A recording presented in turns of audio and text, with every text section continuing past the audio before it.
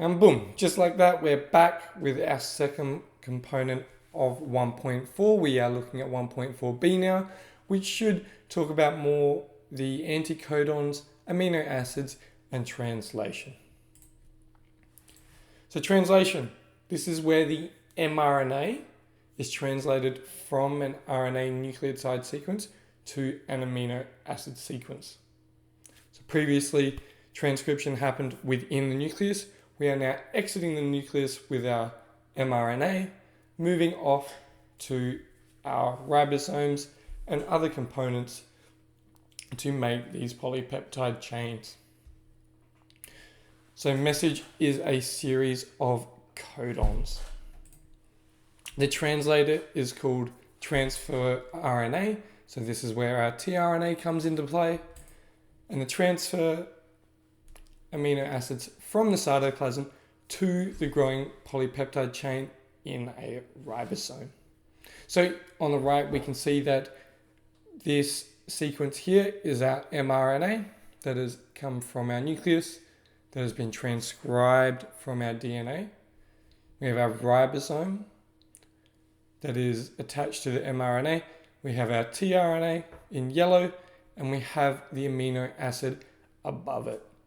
The tRNA, you'll notice, has 3 nucleotides, and this is something we will talk about later. So there are 20 amino acids stocked within the cytoplasm, and this is from resources and other components of a cell that do get restocked. The ribosome structure is made of proteins and ribosomal RNA. So this is that rRNA that we mentioned previously. It is actually used to make those ribosomes as well. And so what the ribosomes do is it adds each amino acid brought to it by tRNA, growing the end of the polypeptide chain. So this is a more specific image of our tRNA. We do not have to worry about the D loop or the T loop, but we do need to know that there is a specific amino acid binding site, and this is because of our anticodon. So our anticodon is on our tRNA molecule. The reason it is on our tRNA molecule in both these images is because this should be complementary to the codon that is present in our mRNA.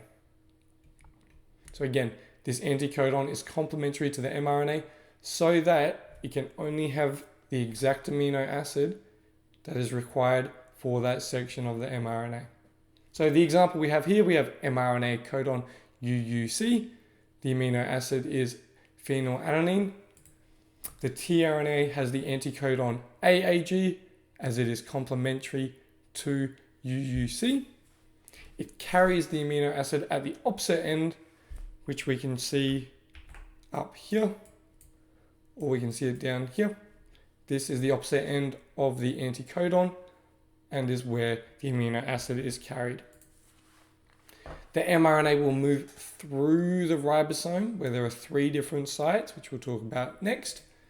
And the amino acid is added to a growing chain. And so whenever UUC is present within our mRNA, it'll only be the anticodon AAG carrying the amino acid for phenylalanine. This will happen codon by codon to form the polypeptide chain that is growing. It cannot happen simultaneously with multiple being jammed on at once. It must go one codon at a time. So here we have an image in yellow. It is our ribosome moving across. We have our tRNA floating in and our chain being made at the top. Feel free to play that again. It plays very quickly. It is rather difficult to play again on screen. But note that the yellow is the ribosome. The crosses are our tRNA with our anticodons we can see here. They are the anticodons because they should match up to our codons that are present on our mRNA. And the balls on top of the tRNA are the polypeptides. So looking at our ribosomes, these ribosomes aren't already made. They actually get made because of the mRNA. So these facilitate coupling of the tRNA anticodons with that mRNA. They're made of a large and small subunit, and they're made of proteins and one or more rRNAs. Whew. Say RNA 10 times fast. Try not to get your tongue twisted. Eukaryotes make them during transcription in the nucleolus. So these do come out as a result of transcription. They exit through the nuclear pores where they can then float into the cytoplasm where they have access to the tRNA. So these are made with proteins imported from the cytoplasm. The ribosomes are exported to the cytoplasm through pores in the nuclear membrane, and in prokaryotes, they are made in the cytoplasm. Why is this? Because in prokaryotes, they do not have nuclear membranes. They are not membrane-bound organelles. They do not have a nucleus. They have a nucleoid region. There is no compartmentalization. Prokaryotes are free to roam in their cytoplasm. The subunits, so the small and the large, will only join when they are attached to the mRNA. So without the mRNA, both the large and subunit are just floating freely, or they haven't been made from the nucleus yet. So without that mRNA, we do not get these ribosomes forming. So looking at the ribosomes in a bit more detail, we have one binding site for the mRNA. This is the small subunit. We have 3 sites for the tRNA, which we can see in this darker blue here. And these central sites hold that tRNA with the growing polypeptide. So the middle one is where the polypeptide chain will continue to grow. We have our first tRNA coming into the first site on the right, carrying the amino acid with it. In the middle, it is attached to the complementary codon. So we have our anticodon and codons lining up to make sure it is the correct sequence. Once that correct sequence has been identified, the amino acid will join on with the other polypeptides. Continuing on this process, it moves to the left where it will enter the exit site. It is discharged and it leaves from this region. The ribosome holds tRNA and mRNA closely, so the newly positioned amino acids can be catalyzed between the peptide bonds. This forms our polypeptide chain.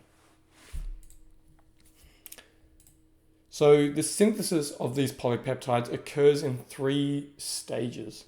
We have initiation, elongation, and finally termination. Initiation starts with, who would have thought, our start codon. Without our start codon, it does not have that sequence for the small ribosomal unit to join up to the mRNA. If it picks up other codons, it does not register it. It needs a start codon. So this brings it together. The start codon and the small ribosome will attach. The mRNA and the tRNA carrying the first amino acid. Then the ribosomal units will join together. Once we have both the large and the small subunits, this is our translation initiation complex. So this is the very beginning of our translation. Next, we move on to our elongation. This is where our polypeptide chain is growing because of those tRNAs that are continuing to bring the corresponding amino acids for our polypeptide chain. So amino acids are added to the growing polypeptide chain, one at a time. We cannot do this multiple. It has to be codon by codon. The tRNA released from exit site and returns to the cytoplasm. So as we have our tRNA coming in, bringing a new amino acid, it will attach to the corresponding codon with its anticodon. The polypeptide will be linked to the new amino acid chain. As it takes over, it moves along. The final tRNA that has no longer got the polypeptide attached to it now will go into the exit site where it is discharged back into the cytoplasm. And as you can see, it no longer has that amino acid. So it goes to the cytoplasm so it can be replenished or reloaded with the appropriate amino acid. This will continue until it reaches a stop codon on the mRNA. So what that could look like is we have our stop codon here. There's one of three. We have UAG, UAA, or UGA. They enter from the right-hand side. And once we get to that codon, a release factor comes in. The release factor signals that the ribosome has finished its polypeptide chain, releases its final tRNA along with polypeptide, so they are no longer bound to each other. After the polypeptide has been released as well as the tRNA, we then see the disassembling of our mRNA as well as our ribosomal subunits, until we get another sequence of mRNA that will come through with its start codon and put it all back together to repeat the process. So the release factors bind to the tRNA site and break down the bonds between tRNA and polypeptides. As we said, ribosome is dismantled and the mRNA molecule is released. Furthermore, in bacteria and eukaryotes, if the mRNA strand is long enough, there will be multiple ribosomes attached. So this simultaneously translates the mRNA. Because of that, we get more proteins being produced so that it speeds up this process. Once the ribosome is far enough past the start codon, another ribosome can attach to create additional polypeptides. So when we get this attachment of multiple ribosomes, we call it a polyribosome or a polyosome. Because bacteria do lack the compartmentalization, so they don't have this nucleus, they transcribe DNA and translate mRNA simultaneously. So that means their production of proteins is almost just as quick, if not quicker, than what it would be within a eukaryotic cell. And here we just see that same image with in blue our ribosomes with multiple attached to the same mRNA. In this image they've called it a polyosome. In the red we see our polypeptide being grown from our ribosome. Once it finally reaches our stop codon, we see the disassembly of the ribosome and the detachment of the polypeptide. I hope that covered enough for our DNA, our mRNA, our tRNA, and our rRNA. We know that transcription happens within the nucleus, whereas translation is within the cytoplasm. And we can describe the relationship between DNA codons, RNA codons, anticodons, and amino acids. We have also distinguished between coding genes and the template strands of the DNA. In a later video, we will have one just dedicated to our 5' and 3'. Please see the questions for this week's notes, where we can touch up more on this concept with any misconceptions or questions you might have.